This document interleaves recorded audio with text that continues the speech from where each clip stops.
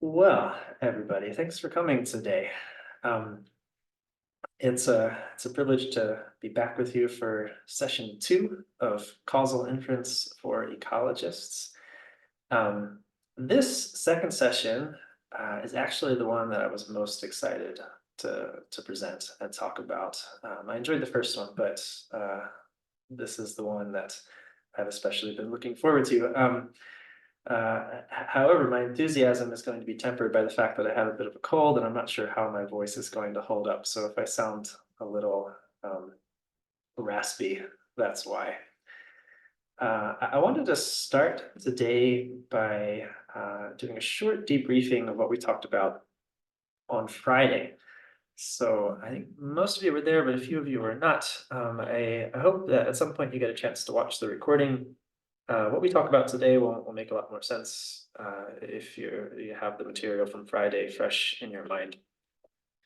But briefly, the point of Friday's workshop was to introduce the idea of causal inference and the specific tool of directed acyclic graphs as illustrated here. So I showed the picture of the mixing console, and I talked about how that's a really good metaphor for how we can understand causation in the context of science in general, and specifically in the applied context of statistics, where we're setting up linear models that can be understood as a set of sliders and switches that have some effects on the output, which is the response variable that we're measuring. And I talked also about the limitations of this approach, but it is useful, and it can be formalized as visually as a directed acyclic graph, as a DAG, which consists of variables and the causes that connect them. I'm not going to go any more into Friday's content than that, except to rehearse once more the conclusions, the little manifesto I gave at the end of the talk, which was that we really need a paradigm shift in ecology, in my opinion. We need to move from a primarily correlational approach to ecological inference to understanding our science as fundamentally the study of causes. Part of what that entails is abandoning baseless conventions of variable selection and interpretation, which I compared to alchemy on Friday. We have habits that are deeply ingrained, but really have no rational basis. And I argue that causal structure needs to be the final criterion for variable selection and parameter interpretation. And then finally, the biggest claim that I made at the end, and the one that's going to segue into our discussion today, is that we need to have a change of mindset where we start to understand the development of biologically plausible and data consistent causal models as the central outcome of research, not the estimation of specific model coefficients, not claims of significance, or even more refined claims of Bayesian parameter estimation. Like all of that is fine and has a place, but the causal model as a whole is more important than the parameters it entails.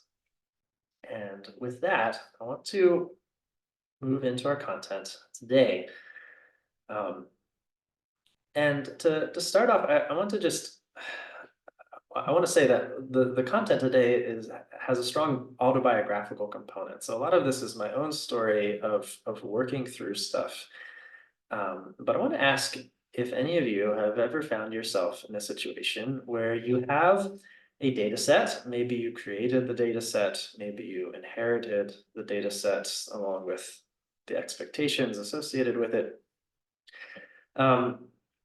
You're sitting at your computer, you're doing things in R, you're reading papers, you're maybe trying to write things, and then you're doing some more things in R and reading some more papers and maybe trying to write things.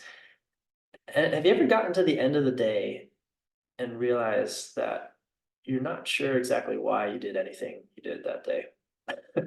Or have you ever gotten to a point in that process where you realize, wait a second, what is this project even about? I have certainly been in situations like that, and I suspect that you have too. And if you stick around in science for long, those situations are coming. This talk is about how to avoid situations like that, um, and what to do if you find yourself in one.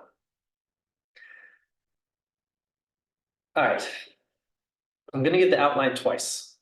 First in a more itemized way, and then in a more aggregate way. So I want to start with a provocation, and the provocation is going to come from these two fellows here. We'll get to it soon. I want to respond to the provocation with a proposal. Then I want to persuade you that hypotheses are not predictions. Similarly, predictions are not prognostications. Then I want to present a unifying framework. It'll make more sense when it has content, but just enjoy the very abstract picture for now. I want to develop that framework into 3 workflows, 2 of which are good, 1 of which is bad.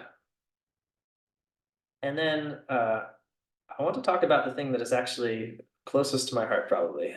And it's going to tie back into the question I asked at the beginning. What does all this have to do with statistics and writing and what it means to be a scientist? All right, let's see that outline again, but this time a little bit more aggregated and a little more alliterated, because never miss a chance for alliteration. Think of the provocation and the proposal as a problem statement. Then the next section is a philosophy section. This is going to be somewhat of a philosophy of science talk, and I hope that doesn't turn you off. But if it does, I hope by the end of it, I can persuade you that the philosophy of your science is the most interesting part of your science. Then this is going to be a practical section. This is about how to do this. And then the payoff is the joy of writing. And when I say humane statistics, I mean that in both senses of the word, both in the sense of preserving the humanness of statistics, and in the sense of merciful, as in avoiding unnecessary suffering. Both of those goals are very important in statistics. I'm sure you'll agree. All right, but let's launch into the problem. This is Richard McElraith. We met him last time. As I said, if you're going to learn stats, I highly recommend you learn it from him. This is, though, is an excerpt from his blog. He has a way with words. So the field, and I'll say he's not talking about ecology, he's talking about his own field of evolutionary anthropology, but he makes it clear in another place that he thinks this is true of ecology and evolution too, in general. The field is methodologically chaotic, and links between theory and evidence are often more metaphorical than logical. The field enjoys broad scholarly and public interest, and so as a result, some of the most prominent research is exaggerated storytelling sinking on a swamp of illogical and opaque data analysis. Ooh. He goes on. The unavoidable conclusion is that most of the causal claims in the published literature make no sense.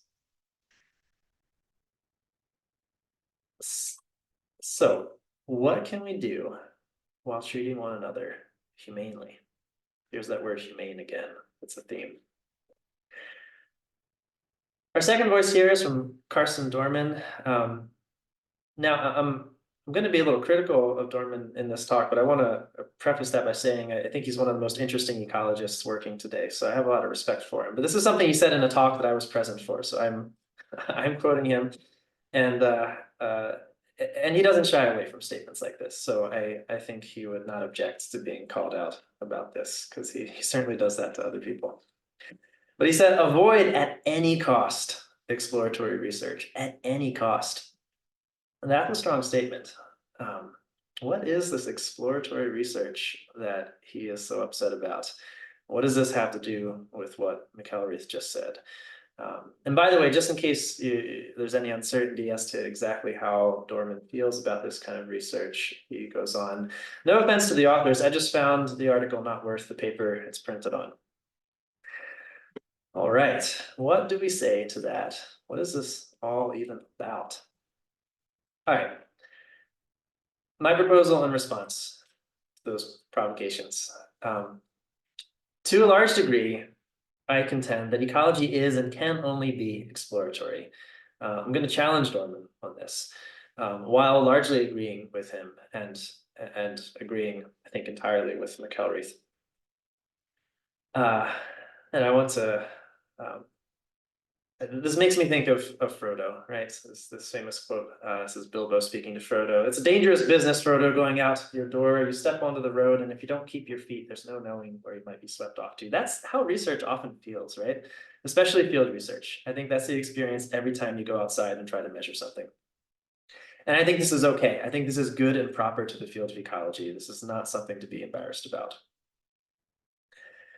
But weak exploration is the norm. It is that exaggerated storytelling sinking on a swamp of illogical and opaque data analysis. But strong exploration is possible, and we're going to talk about how. Specifically, both strong exploration and what I'll explain later as classical confirmation are rooted in the same foundation of causal logic. If we get that right, we can do our exploration in a strong way. And finally, causal clarity yields humane statistics and joyful writing. All right, we're going into the philosophy section here. Hope you enjoy it as much as I do. I want to start with a quote from a paper. I'm not going to identify the paper because it's not my goal to call out the authors. This is actually from a paper that I really like, from authors that I really like, but it illustrates a problem that is almost ubiquitous in the empirical ecology literature and beyond. Really, it's a problem throughout the scientific literature. I'm going to read this and see if you can find the problem. We hypothesize that a greater coverage of semi-natural flowering habitat will increase, in this case, bumblebee colony density. Now, I'm sure you've read things like this many times. You've probably written things like this many times. This is a very familiar kind of statement in our literature, right? We may find ourselves writing something like this for the Safeguard Project. What is wrong with this? The problem is this word hypothesize. This sentence does not contain a hypothesis. What it contains is a prediction. It contains an empirical expectation. And what I think is going on here is a kind of Batesian mimicry. In the picture there, I'm holding a hoverfly. I think it's a Volucella. It's a pretty nice mimic. You'll probably recognize. It's a pretty nice mimic of the European hornet, Vespa crabrow. If you've seen the hornet, it's probably the first thing that comes to mind. It's a pretty nice mimic, but it's also really obvious that this is a fly. And I'm demonstrating that by holding it. It can't sting me, no matter how much it looks like a hornet. This is Batesian mimicry, right? It's when an innocuous prey species mimics the traits of a well-defended model species. And the interesting thing is that this ruse can be very effective, even when it's not very convincing. It doesn't have to be great, it just has to be good enough. And it confers some protection from predators.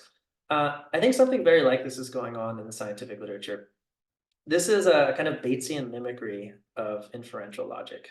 This is not real inference, but it looks enough like inference that it provides some protection from the depredations of reviewers and editors. That may sound harsh. I think that's something like what is going on, though. And I think we've been trained in it implicitly. We've learned it from the culture that we belong to because we read papers. We learn from the things we read. This is what papers are full of. Hypotheses are not predictions. They are not what you expect to find. I teach this in almost every class that I have the opportunity to lecture in because I think it is so central to how we do science. What hypotheses are causal claims that make predictions. So anytime you find yourself talking about what you expect, ask yourself why you expect it. And the answer to that question is your hypothesis. The hypothesis is not what you expect, it is why you expect it. I want to show you another example. This time I will identify the paper because it's an example that I want to praise. An example of a paper that gets this right. There are papers that get this right. I reviewed one recently. This is an especially good example. So I'm going to read a little more text here. So we have to slow down and try to follow this. But this is a study about the honeybee dance language, and it's about what makes the honeybee dance language adaptive. So I'll read from Seeley and Vischer. The fact that most of the colony's foragers follow recruitment dances to find a new food source suggests the hypothesis that the honeybee's system of cooperative foraging is adaptive because it reduces the average cost of finding a new food source. Notice this is a causal statement. This is an explanation for the apparent adaptiveness. So the adaptiveness is the observation. It must be adaptive, or at least it would seem to be adaptive, because it is present. It is a complex behavior that is manifest. So it is presumably adaptive, but why? And the hypothesis is that it is adaptive because it reduces foraging cost. It could be adaptive for other reasons, but this is what they're testing. And so they're going to test this hypothesis by comparing the recruits and scouts in a colony in terms of the amount of time spent outside the hive needed to find a new food source. So the hypothesis makes this prediction that if the average search time for recruits is greater than or equal to the average search time for scouts, H1 will be weakened. So what it means is that what the hypothesis says is that the search time for recruits should be shorter. And so what would falsify, or at least weaken, the hypothesis is if it turns out to be equal or longer, right? This is the correct use of the language of hypothesis, of hypothetical language, and the correct construction of an inferential workflow of how bringing evidence to bear on the hypothesis. Take a moment to dwell on that before we move on. Think back to your own writing, think back to the things you read. The misuse of the word hypothesis is so ubiquitous, but when you get this wrong, realize, like, this relationship between hypotheses and predictions, this is the whole logic of science right here, right? This is the method of inference that is it is the center of what we do. If you collapse hypotheses and predictions, the whole thing breaks down. There's no longer any inferential path to follow. You just have expectations. It is crucial to keep these separate.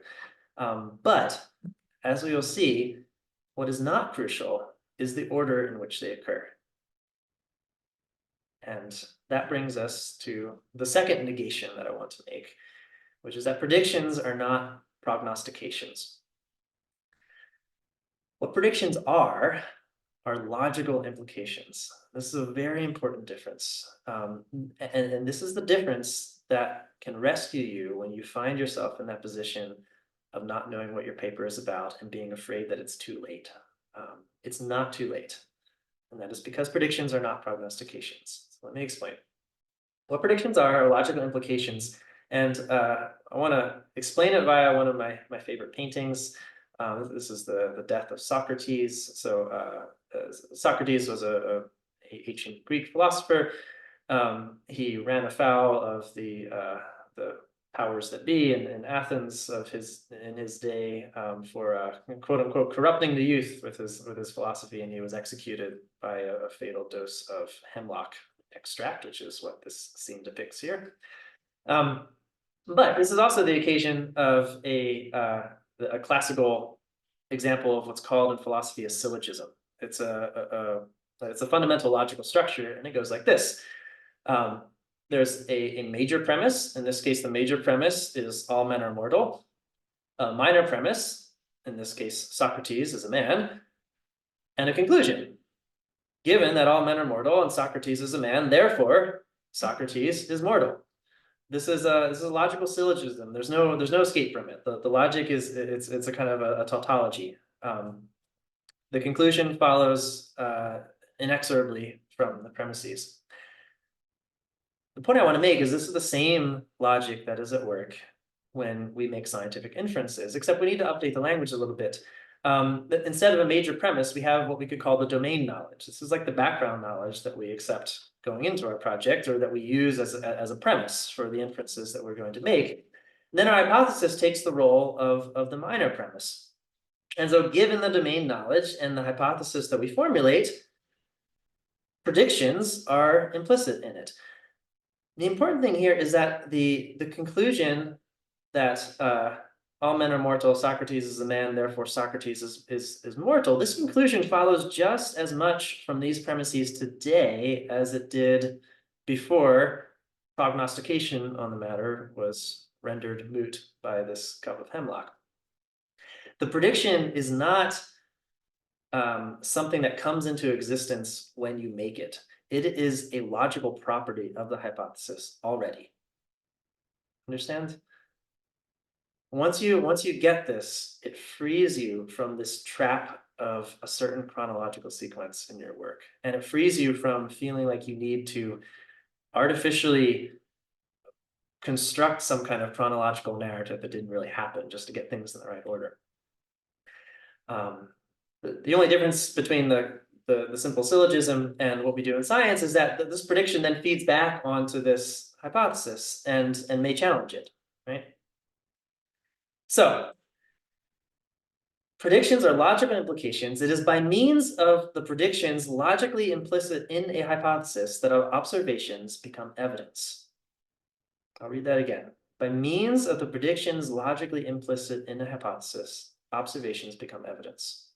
What this means is that if this is our workflow, we have time on this axis here, there is no epistemic difference between going from a hypothesis to evidence and going from evidence to a hypothesis. These are equivalent.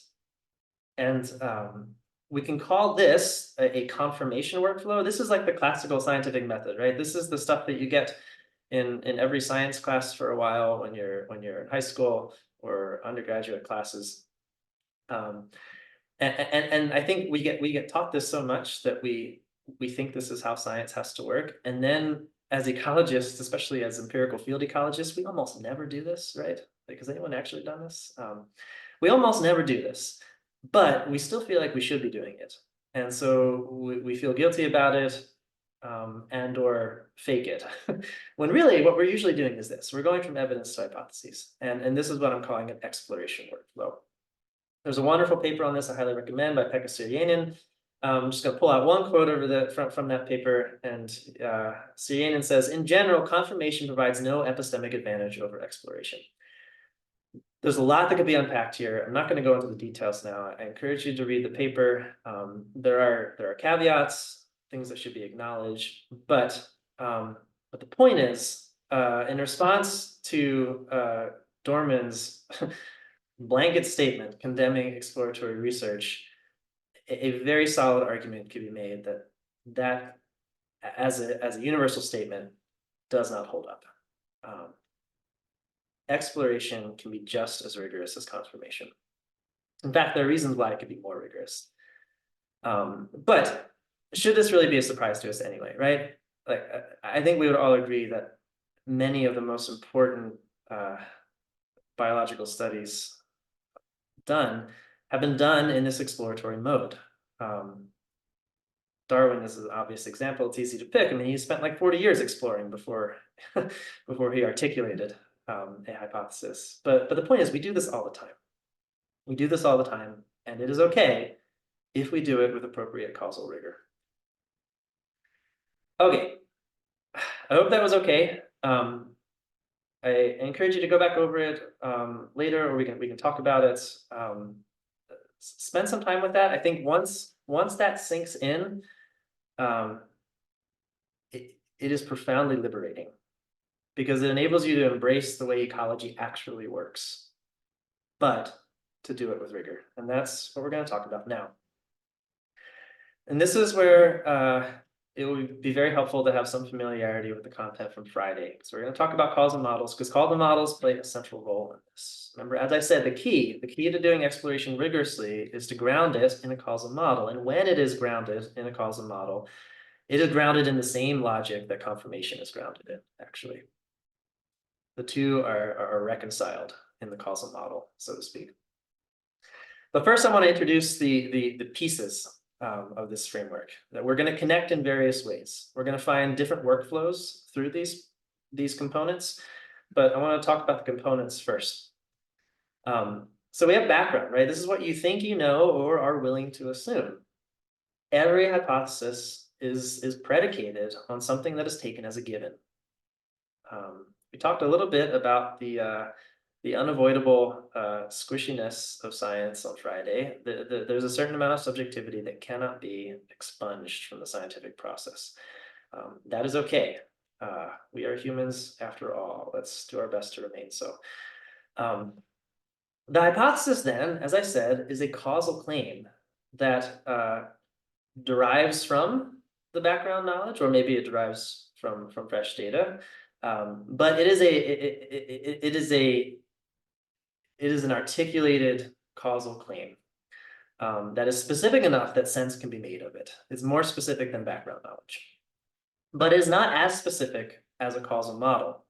A causal model is a formalization of the hypothesis. The hypothesis is primarily verbal, primarily conceptual. The causal model formalizes that because you require this formalizing step to get from the hypothesis to a statistical model.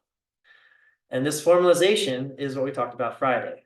This is where things like DAGs, like causal graphs, are very useful as formalizations of hypotheses. And these causal models, if there are a proper formalization of a hypothesis, need to include at least two things. It includes the structural predictions, the implied dependencies or conditional dependencies that we talked about. And this is what you're looking at when you validate a DAG. You validate the implied independencies.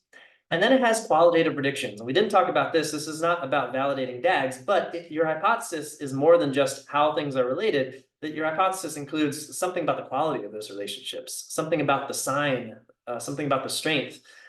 Is something positive or negative? Is it strong or weak? This is the content of a formalized causal model expressed as a causal graph. Then the statistical model is a quantitative abstraction of the causal model. This is where we're sticking beta coefficients on our causal graph. We talked about this also on Friday.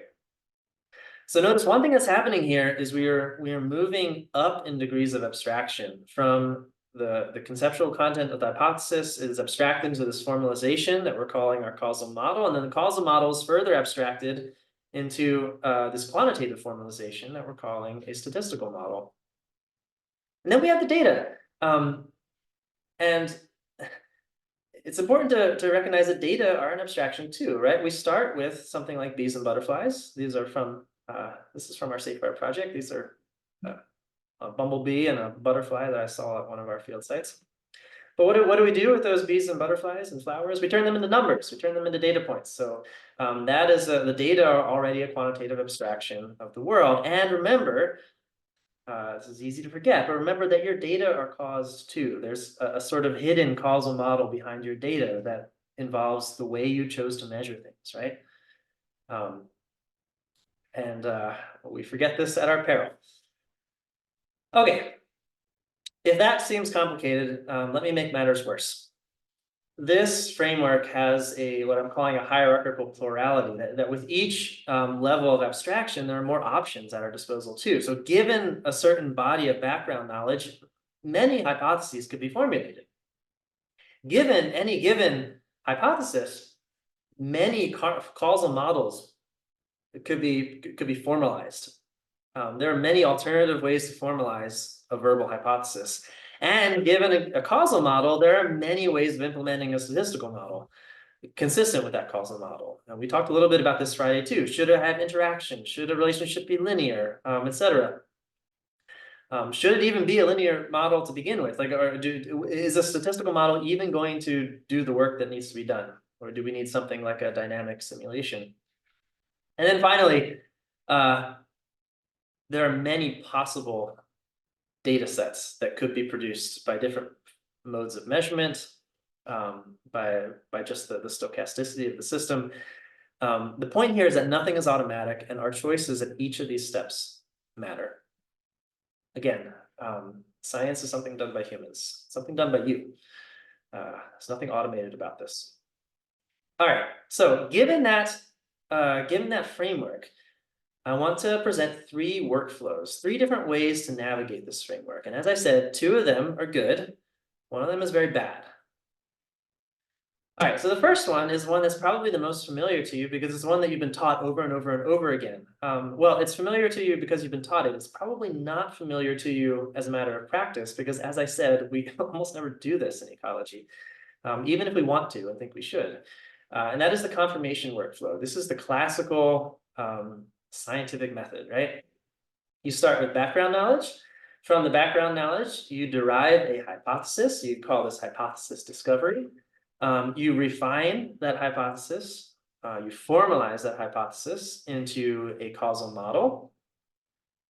The causal model is then further formalized and abstracted, excuse me, into a statistical model. And then you've got all this set up. You probably pre-registered your study, of course. Then and only then you go out and collect the data, and the data feedback into the statistical model. The statistical model validates or the statistical models. They can be used to validate the DAG and the qualitative predictions. So they're feeding back on the causal model. The causal model feeds back on the hypothesis, and the hypothesis is either supported or rejected. This is the familiar scientific method. However, notice that the importance of this causal model is often omitted in the way this is taught, right? We tend to go from hypothesis, actually, the statistical models tend to be omitted too, especially at like a grade school level. We talk about hypotheses and data being used to test hypotheses. It's very important to recognize that there are these models that relate data to hypotheses. And that is actually where most of our work happens, right? All right, so this is the confirmation workflow. But that's not always how science works, right? What I want to show you next is what I call the weak exploration workflow. And this is where this is where McElraith's and Dorman's critiques are brought to bear. And this is where I completely agree with what Dorman had to say about exploratory research. So instead of starting with the discovery of a hypothesis based on background information, what we start with is what I call measurement on a theme. Maybe the theme is like, oh, let's get personal. My early work, the theme was urban pollinator stuff, right? Cities, bees, flowers, they all have something to do with each other, right? Let's go out and measure things about that. Yeah, so this is what McElraith was talking about when he said links between theory and evidence are often more metaphorical than logical. This happens all the time in pollinator studies because there is such a strong like conceptual affinity between bees and flowers and landscape, and all these words just feel like they have so much to do with each other. But we often skip the important step of actually articulating precisely what they have to do with each other, how they relate to each other in a causal way. And so you jump right to collecting data. And oftentimes this was not your choice, right? Like you probably got hired on a project and sent out into the field after whatever thought had been done was already done, and you were thrust out into the field and told to start measuring things.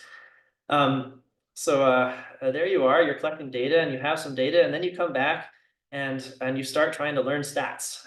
You're crunching data, you're trying this model and that model and the other model and trying to learn how to do it at the same time. You're probably trying to read the literature at the same time too.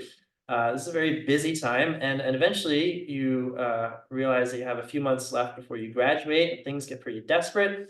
And then it becomes about p-hacking, right? Like you try every model you can until you get some kind of p-value that looks like you can tell a story about it, right? This is as much a confession as a critique. I've been here. I trust that you've been here too, or someplace similar.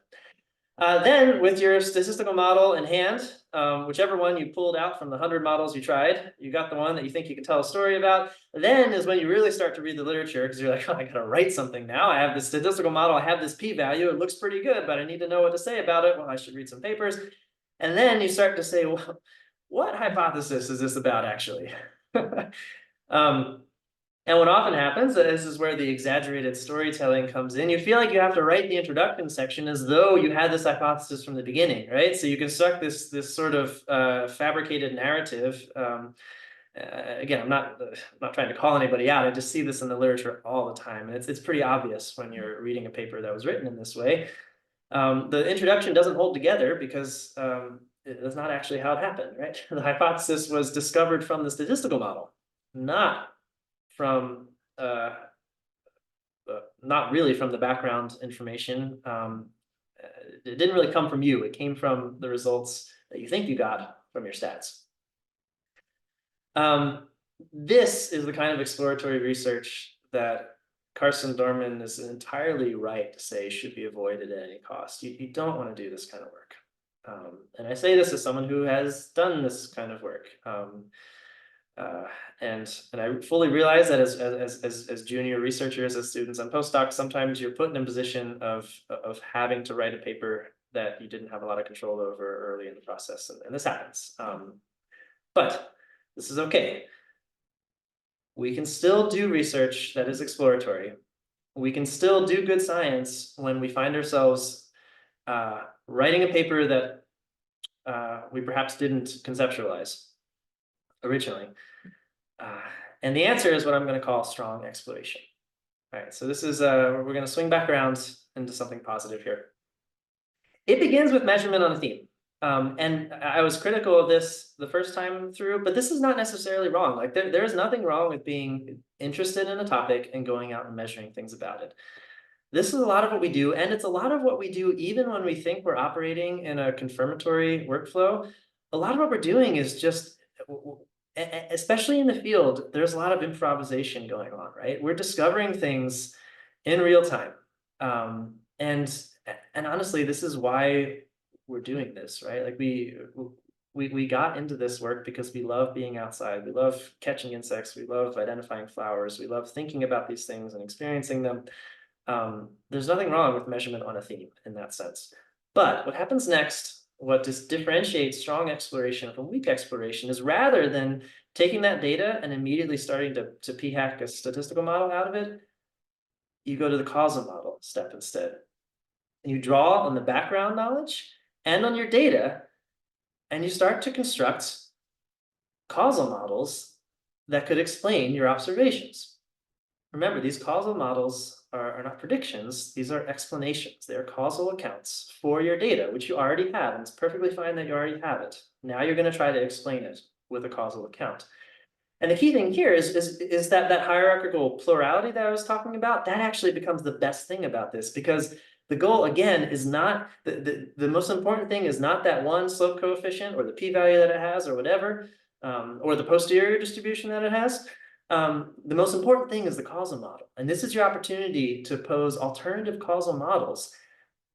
And you're gonna interrogate those causal models with your data and your statistical models. And the real win is finding the causal model that is most consistent with your data and with the background information. So from your causal model and from your data, now you construct the statistical models, but now the statistical models are governed by the causal model. It's not just a free-for-all of throwing everything against the wall and seeing what sticks. We're not dredging, we're not using AIC, we're not looking at p-values and throwing away non-significant variables. No, we're doing everything we talked about Friday, the principled methods of using structural causal models to select variables and interpret parameters. We're building statistical models that way. And then we're validating those causal models based on the implied independencies that they have. We are evaluating the predictions that they made, the qualitative predictions. And the goal is to arrive at some subset of potential causal models that are best supported by our data and our statistical models. Now, and only now, are we ready to start talking about hypotheses. Based on this causal model that we have, we work backwards. We draw again on the background information that we have, the domain knowledge, and we formulate a verbal hypothesis, a conceptualization of this formalization that was our causal model, that was itself the basis for and then checked by our statistical models. And then this hypothesis that we arrive at is not arbitrary. This is not about hypothesis of fudging or hunting or any kind of the pathologies that people who criticize exploratory research mention. This is a hypothesis that is grounded in exactly the same causal logic that is the basis for classical confirmation. All right. Finally, though, this is not a question of one or the other. Iteration of these methods is the mark of a healthy scientific career. It is also the mark of a healthy scientific culture in which the administration and funding of projects is consistent with our goals as scientists. There should be a natural iteration where strong exploration produces hypotheses that feed into confirmatory workflows that produce data that are never fully explained by the hypothesis in view and generate new questions that become data in the context of a strong exploration workflow. This goes back and forth and back and forth. And I think the mark of a healthy scientific career is that you alternate between these. You should always be exploring the results of your confirmatory work, and you should always be confirming the conclusions of your exploratory work. This is like a kind of inhaling and exhaling of the scientific process. Okay. Why do we do all this? I've come back around to this again and again. I hope it's clear that when you do science in this way, this makes the process of statistics and writing completely different. But let me talk about how it goes wrong. It's a quote from the Odyssey. So this picture that I have not explained so far. So this is Odysseus and his crew, and there's this one part where you have to go past this Scylla and Charybdis are these two monsters, and you have to find this little path between them. The point is, at one point, that Odysseus is warned, "Don't be there when the whirlpool swallows down." And this weak exploration that I was talking about is a whirlpool. It's a whirlpool that I've been in, and it's one that I think you've probably been in too. And it goes something like this. This idealized form of it that I showed, this isn't how it actually works. It's much worse than this. It goes like this. You don't just go from data to statistical models. You go from data to models to data to models to data to models to data to models. And there's no obvious place to stop, right? The obvious place to stop is when you run out of time, run out of funding. But when your statistical models are not informed by a causal model, you get stuck in this loop. That's not the only loop you get stuck in. You also get stuck in this loop. Because you don't know why you made the statistical model. So then you're trying to come up with hypotheses, but one hypothesis is as good as another if it's not based in something more substantive. And then you go back to your statistical model and realize that your statistical model actually isn't testing the hypothesis, which it's not really doing anyway, because you just came up with it on the fly. And then you run around in this circle again and again and again. Also, you're encountering the literature for the first time too, right? You're trying to read all the background literature. And you get caught in these whirlpools and you go around and around and around. And so often when people come to me with one of two kinds of problems, it's usually either a stats problem or a writing problem. That's what they think it is. In almost every case, what looks like a stats problem or looks like a writing problem is really a project conceptualization problem. The real problem is that when you don't know what your project is about, it's very hard to do the statistics, and it's almost impossible to write a good paper. And the hallmark of weak exploration is that you don't know what the project is about. You discover what the paper is about in the process of writing it and making these models, and that is a painful and long process and not a process that produces the best work. Instead, before you give up, you can take the same ingredients but connect them differently in a strong exploration workflow, grounded in the same logic as classical confirmation. And this allows your writing to be, well, first of all, it allows your statistics to sort of, your models in a sense write themselves. Like your models are a lucid expression of the causal model, which is itself an expression of the hypothesis. But then your writing becomes an act of expression of all of this rather than an effort to sort of paper over a process that did not have the logical rigor that it should have, and enables you to actually enjoy writing. And after all, whatever else science may be, it is a literary genre, and you are a professional writer.